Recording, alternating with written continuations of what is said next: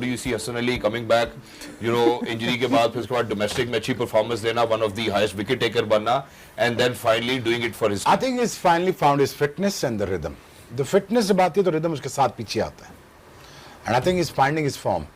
वो skit through जो करता था रनअप में टुवर्ड्स हिज फॉलो जंप के लिए, वो वापस आया है। Finally is getting a nib back, ball मारना शुरू किया और उसके पीछे जाना शुरू हुआ। तब तो बॉल, अगर आप बॉल के पीछे नहीं पहुंच पा रहे हैं तो मतलब है वो सारा प्रोसेस खत्म, मसला इसलिए कि फिटनेस नहीं। Finally is fit, is free soul, he is a great fast bowler, I think he is a great addition. But पहले 6 कप्तान चेंज कर चुके हो, अगले का तो जैन बना दिया। वो भाषा कर दो ना, एक को तो खेड़न दो ना पहले। कराची किंग्स अजीब सी स्टेटमेंट देता है। must be on the way as well. मैं शेख भाई आपकी तरफ आता हूँ, जहाँ आपने अभी डेविड वार्नर का भी जिक्र किया, obviously it was on a lighter note. Pakistan super league में जो एक ट्रेंड हमने देखा है इसके 10 के 10 एडिशंस में, कि हमने बहुत ज्यादा फॉरेन प्लेयर्स को हमने कप्तानी नहीं दी। ठीक है, अब इस सीजन में ऐसा लगता है कि शायद कराची किंग्स ने जितने सॉर्ट आउट करने थे वो सॉर्ट आउट करने के बाद खिलाड़ियों को, इनको लगता है कि हमारे पास जो स्किपर की चॉइस होगी वो डेविड वार्नर की शक्ल में होगी। ये फैसला आपको उनका कैसा लगता है और उसका ट्रिकल इफेक्ट क्या आएगा? देखो यार, पहले उसको मैनेजमेंट में समझाना पड़ेगा, कि मैनेजमेंट को बताना पड़ेगा कि आप ऐसे नहीं ऐसे चलो। एक दूसरी उसको टीम बनानी पड़ेगी, तीसरी उसको खिलानी पड़ेगी। इस पे इट विल टेक टाइम। ठीक है, और तो अभी इतनी जल्दी वो किसी हफ्ते सारा को ठीक नहीं कर सकता। वो वाज अ लकी विन, लेकिन वो 232 तो करवाया है ना। बिल्कुल कराया, वो किया अलग बात है, करवाया तो है ना। बिल्कुल करवाया। अभी जितना वो जो एक मैस्करेट हुआ ना within Karachi Kings, he needs to sort it out, and इसीलिए उसको लाए हैं कि यार sort it out for us, but he would not be able to do it. अगर he be able to do it, मेरा ख्याल है ही विल। तो ऐसे वो प्रैक्टिस मैच में नाराज नजर आ रहे थे, फैसिलिटीज वगैरह से नाराज होकर जा रहे थे। बट ठीक है, ये छोटी चीजें उनको डील करनी पड़ेगी, बिकॉज आईपीएल इज अ फर्क culture, it's a different world all together, different culture है। मैं खेला हूँ, पीएसएल एक फर्क कल्चर है, बिल्कुल फर्क टीम है, जिसमें सबसे अच्छा जो माहौल जो बाजीद ने पिछले प्रोग्राम में बताया आपको, जो शादाब का है और उनकी मैनेजमेंट का जो है, वो सबसे बेहतरीन मैनेजमेंट है यूनाइटेड के। सब खुश है, ठीक है, सब कुछ, कप्तान खुश है, कप्तान के पास इख्तियार है, जीरो पॉलिटिक्स के साथ बाय द वे, और इसीलिए वो टीम परफॉर्म करती है। और दूसरा, उनकी बेंच से उठा के ले आके वो खिला देते हैं, हैदर अली को परफॉर्म कर जाता है, कोई मसला नहीं। नवाज ना खेले कोई मसला नहीं, बिल्कुल।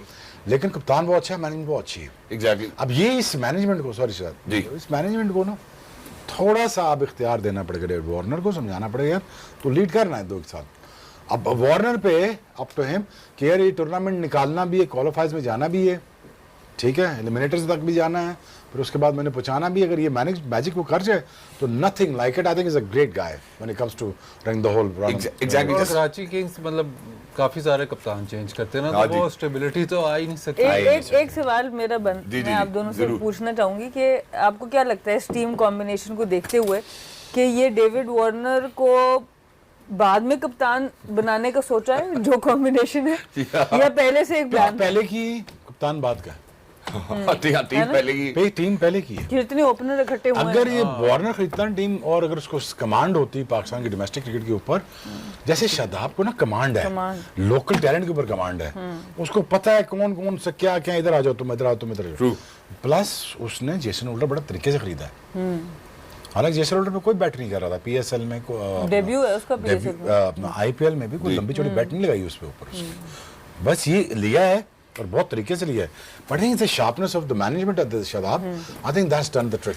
एग्जैक्टली। लाहौर कलंदर्स को भी मतलब आप ये दे सकते हैं कि लाहौर कलंदर्स पहले पिक वो वार्नर को वो पिक कर सकते थे, लेकिन कर सकते हैं, डैरेन मिचेल को पिक किया क्योंकि उन्हें मिडिल ऑर्डर में चाहिए था। लेकिन एक जो बात मतलब थोड़ा सा हटके, लेकिन आपको क्रेडिट इधर कराची किंग्स को देना पड़ेगा, पीएसएल एचपीएल पीएसएल का नाम तभी होता है जब बड़े प्लेयर्स आए।